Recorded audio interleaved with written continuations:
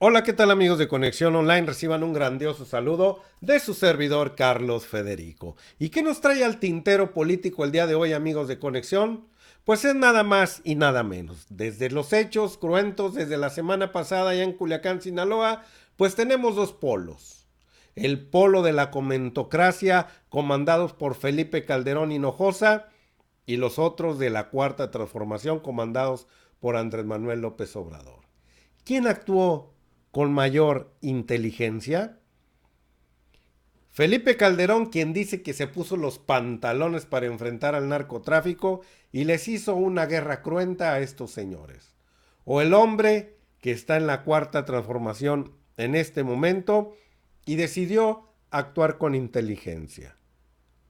Ya usted, después del relato que le dé ahorita, pero no sin antes pasarle algunos de los calificativos en los cuales la comentocracia y la oposición, o sea, Loret de Mola, López Dóriga y entre ellos el expresidente Calderón con Vicente Fox Quesada, Gustavo de Hoyos, Claudio X González, Belauzarán y demás tipejos y pillos que andan por ahí. ¿Qué dijeron esta bola de pillos? No hay presidente. Esto es la claudicación del Estado. Un capo pone de rodillas a la Cuarta Transformación. Te faltan tanates, Obrador. Pásame un canapé y mi copa de Cabernet, por favor. Esto fue lo que dijeron toda esta bola de bandidos y pelajustanes, los cuales se burlaron por lo que Andrés Manuel López Obrador decidió junto con su gabinete de seguridad ese día. Pero vayamos a los hechos, amigo de Conexión, y vamos a poner ese sexenio de Calderón y lo que está sucediendo hoy con Andrés Manuel López Obrador. Y usted va a sacar sus propias conclusiones.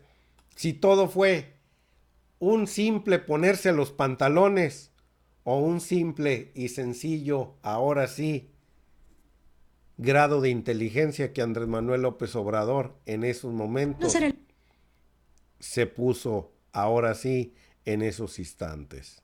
Felipe Calderón aceptó que sacrificios, que sac Felipe Calderón aceptó que sacrificó vidas humanas por la lucha que nunca resultó. Y tenemos un video en lo cual Felipe Calderón se pone muy, ahora sí, sus pantalonzotes puestos y la inteligencia la hizo para un lado.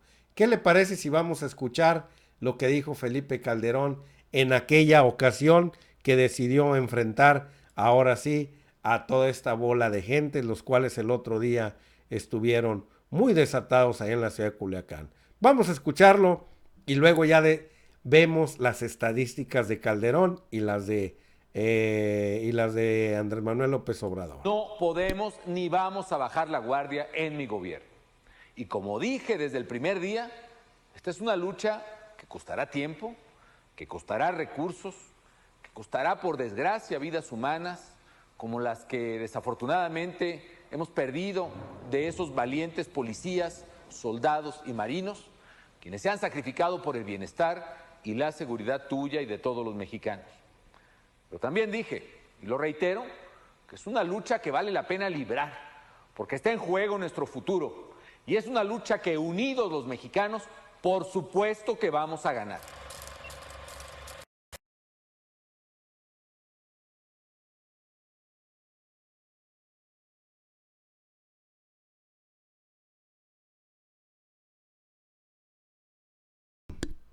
Se me fue el sonido. Dijo costarán vidas humanas, pero nunca fueron vidas humanas de las que estaban a tu alrededor.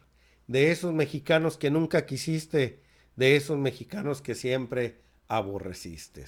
Vamos a darte una repasadita a cómo Sabina Berman describe el cruento sexenio de este señor. El primer acto del presidente Felipe Calderón fue declarar la guerra contra el crimen organizado. La respuesta de la comentocracia nacional fue unánime. Tenemos líder, dijeron. Por fin un presidente con pantalones.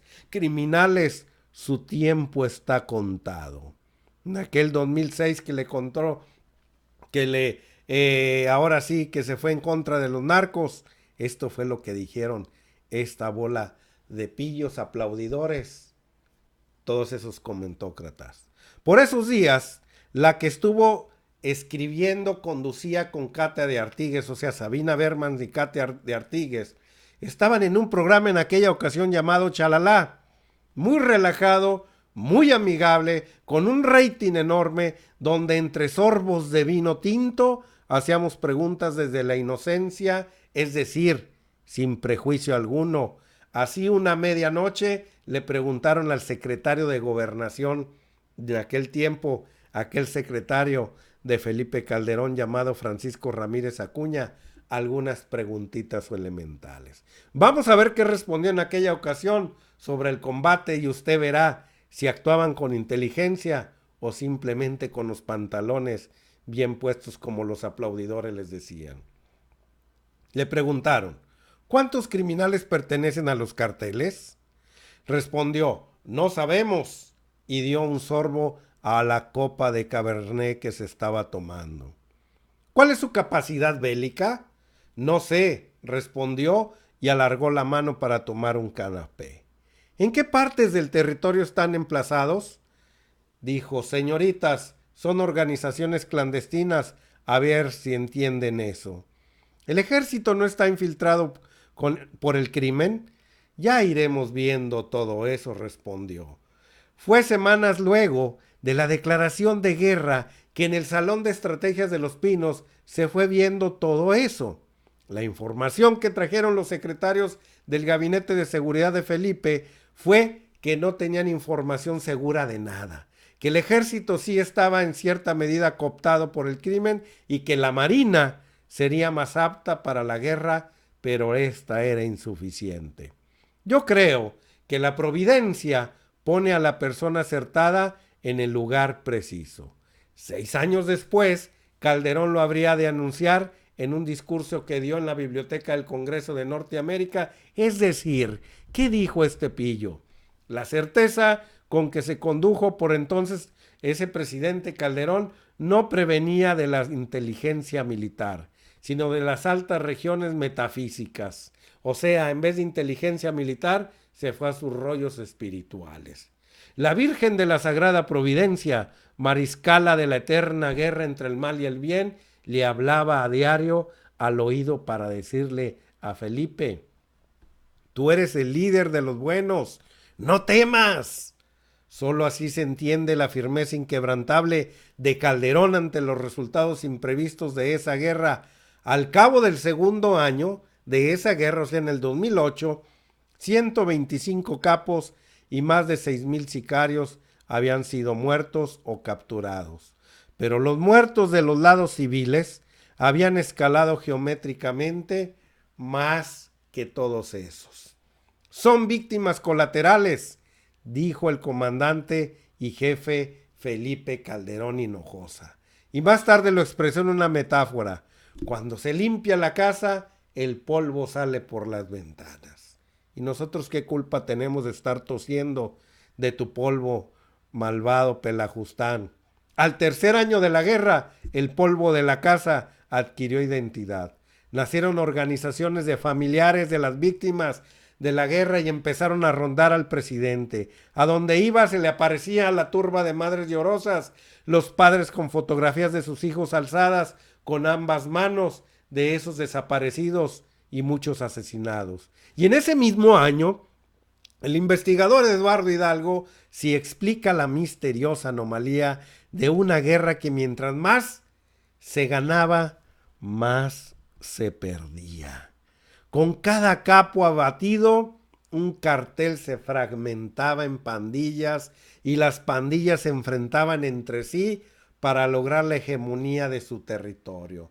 Era el pleito de Sodoma y Gomorra entre esas pandillas, las cuales las desmembraban y se creaban células y células y células. Al quinto año de esa guerra, amigos de Conexión, la cifra de muertos del lado de los buenos y del lado de los malos eran equivalentes a la conflagración en Siria-Palestina. O sea que estábamos al nivel de una guerra ya. Y la comentocracia, los Dóriga, los Loret de Mola, los Belauzarán, y te quedabas callado, chachalaca, tú en aquellos tiempos, Vicente Fox, se habían vuelto pacifistas y discutían las razones de esa guerra, que ahora le llamaban la guerra de Calderón. ¿Por qué esta guerra? ¿Para impedir el tráfico de marihuana y amapola de Norteamérica? ¿Y si México despenaliza unilateralmente esas drogas, amigos? ¿Y si se llama a la amnistía para los criminales no homicidas?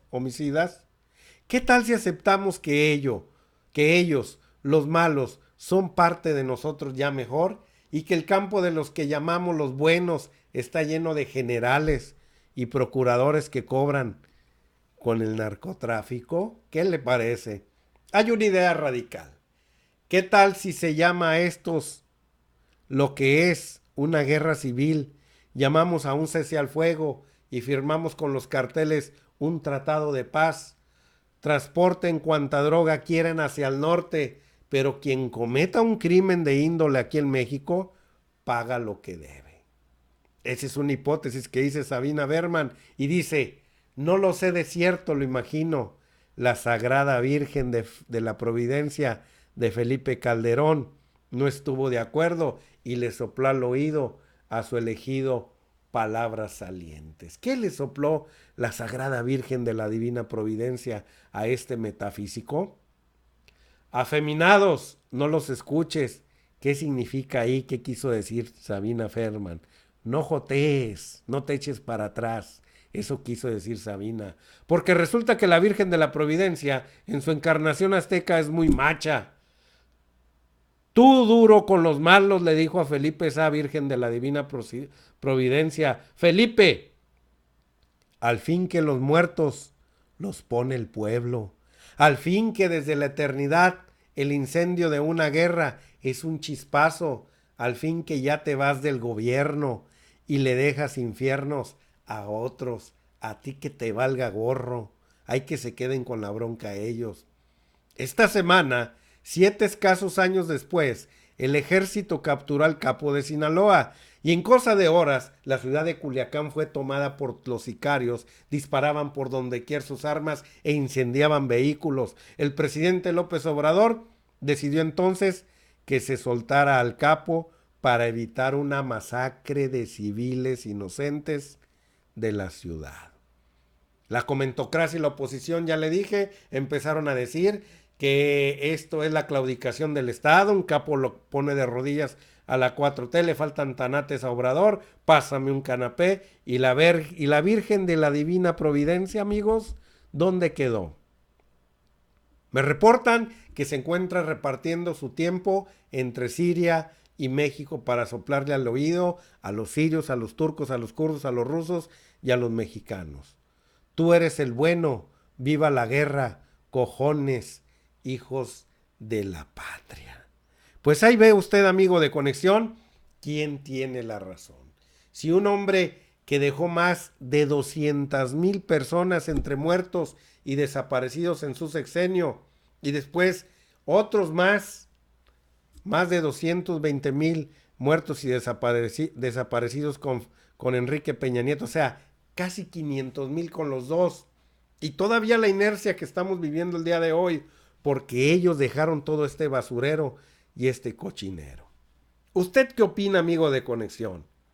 ¿O es mejor ponerse los pantalones, como lo hizo el comandante Borolas en aquella ocasión, que también se puso un saco que no le quedaba?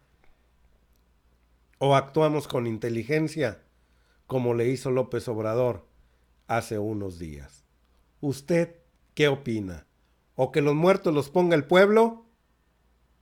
¿O mejor le paramos y actuamos con inteligencia en contra de esa situación? ¿Quiere más muertos? ¿Quiere que Andrés Manuel se ponga los pantalones? Pues ya vio que en una ocasión quién se los puso y lo que sucedió. Ya la historia nos dice que los pantaloncitos no traen nada bueno, al contrario, dejan a miles de madres llorando nada más. Amigo de Conexión, no me resta más que despedirme y pedirle que se suscriba al canal si no lo ha hecho. En esta bolita es más fácil. Dele like al video, que es muy importante para la democracia del país. Y por supuesto, aquí tiene 2 videos para que usted se mantenga mejor informado. Nos vemos hasta la próxima y vámonos riendo, amigos de Conexión.